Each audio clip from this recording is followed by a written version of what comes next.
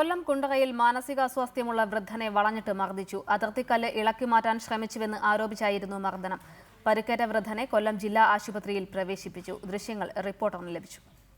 കൊല്ലം കുണ്ടറയിൽ ഇന്ന് രാവിലെയാണ് മാനസികാസ്വാസ്ഥ്യമുള്ള വൃദ്ധനെ ഒരു സംഘം വളഞ്ഞിട്ട് മർദ്ദിച്ചത്. അതിർത്തിക്കല്ല് ഇളക്കി മാറ്റാൻ ശ്രമിച്ചു എന്ന പേരിലായിരുന്നു മർദ്ദനം.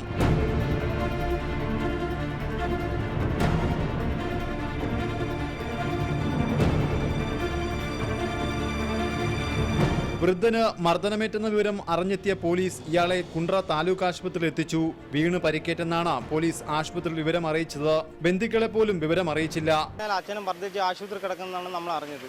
നമ്മൾ അവിടെ ചെന്നപ്പോഴത്തേന് തലയിൽ പരിക്കും കൈ മുറിവുണ്ട്. അങ്ങനെ പഞ്ചായത്ത് മെമ്പർ അവിടെ ഉണ്ടായിരുന്നു. കശി വിളിച്ച് ആംബുലൻസ് തന്നു. ഞാൻ ഇവിടെ ജില്ലാ ആശുപത്രി കൊണ്ടുവന്നു. ആ പോലീസുകാർ അവിടെ ആക്കിയിട്ട് അവരങ്ങ് പോയി.